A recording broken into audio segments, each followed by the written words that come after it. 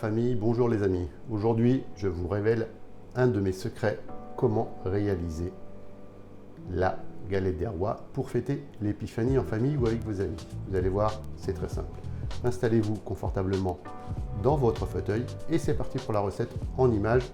Pour réaliser cette recette, c'est ultra simple. Il vous faudra tout d'abord des amandes en poudre, ici 100 g pour une bonne galette des rois, 100 g de sucre, 100 g de beurre et puis l'équivalent de 100 g, environ 2 œufs.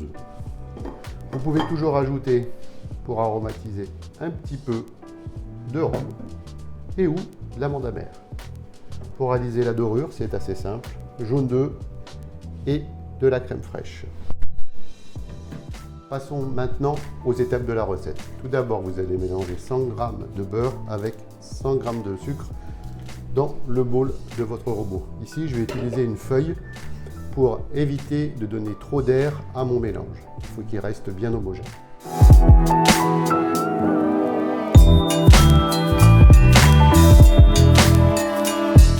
Voilà, on vient de rajouter nos 500 g de poudre d'amande et c'est parti pour un deuxième tour. Voilà, la texture me semble tout à fait parfaite, donc on va pouvoir maintenant rajouter les œufs battus. Voilà, nos œufs sont battus, on va pouvoir les rajouter tout doucement dans notre mélange.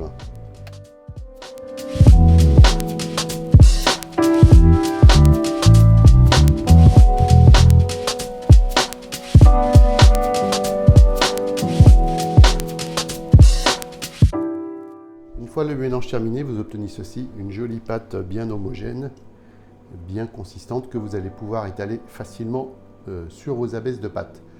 Si vous le voulez, vous pouvez la passer une demi-heure au réfrigérateur pour la durcir à nouveau. Après avoir déroulé préalablement vos deux pâtes, vous passez un petit coup d'eau autour, puis vous prenez votre appareil et vous le déposez de manière régulière au centre de votre disque de pâte.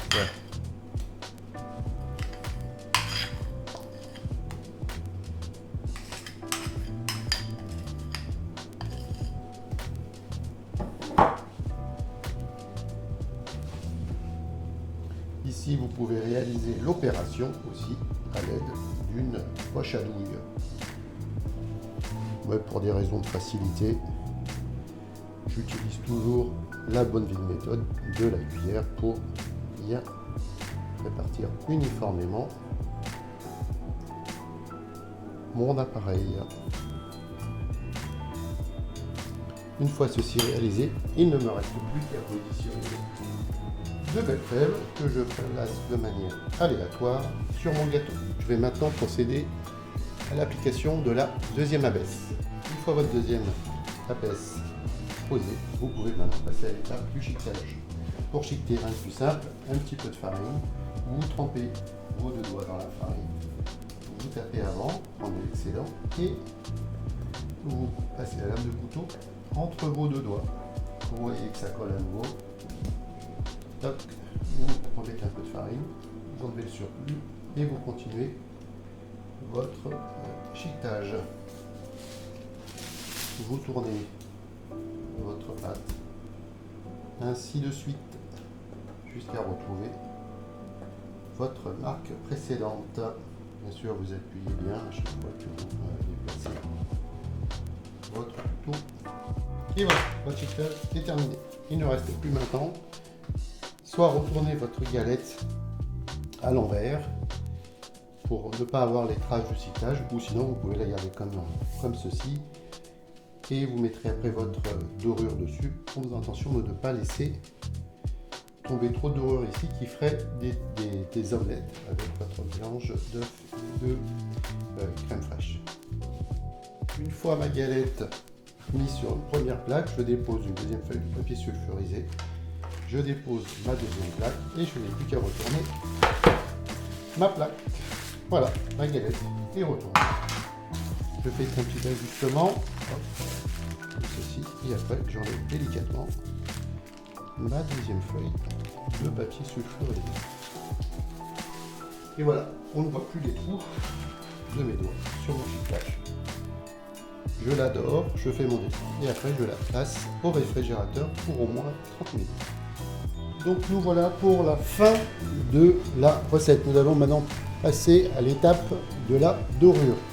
Donc ici nous avons fait un mélange de jaune d'œuf et de crème fraîche afin d'avoir une dorure qui soit bien brillante. Donc on prend notre dorure, on y sort bien et là hop, on dore délicatement notre galette.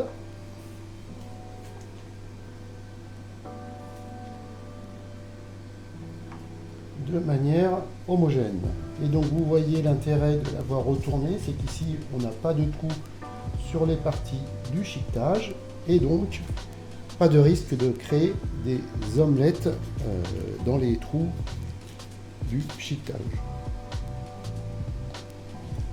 Donc vous dorez généreusement votre galette. Vous essayez de mettre ça de manière uniforme. Voilà, tac, tac, tac, tac, ça me paraît pas mal. On va pouvoir peut-être en mettre encore un tout petit peu, histoire de, ça soit bien. Allez, toc. Donc voilà, notre galette est bien dorée, prêt à être scarifiée.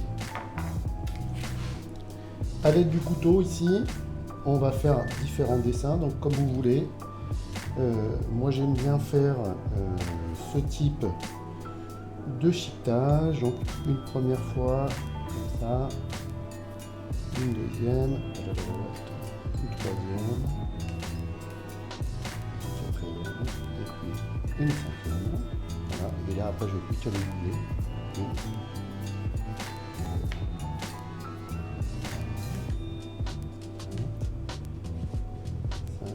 Et puis ici ben, vous faites pareil. Hop. Ici vous pouvez même agrandir.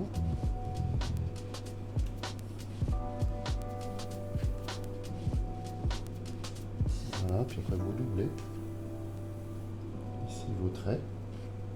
Bon, vous pouvez faire à votre convenance, hein, il n'y a pas de règle. Voilà, là vous avez un joli effet damier. Et après, vous faites 5 trous. 1, 2, 3, 4, 5, 6, 7. Et voilà, vous avez fait vos petits puits pour évacuer la vapeur d'eau. Et donc après, votre galette, elle va bien monter de manière uniforme. Les chiquetages sont terminés, différents types, des fleurs, des feuilles, avec des épis, là encore des lignes. Après 30 à 35 minutes de cuisson, nos galettes sont enfin prêtes. Je vous conseille de les laisser une dizaine de minutes afin qu'elles se refroidissent, qu'elles tiédissent, à déguster sans modération. Pour ma part, je vous dis à la prochaine et surtout, gardez la pêche. N'oubliez pas de vous abonner, de lâcher un petit pouce bleu et de mettre vos commentaires. Je vous souhaite encore une bonne et heureuse année 2024.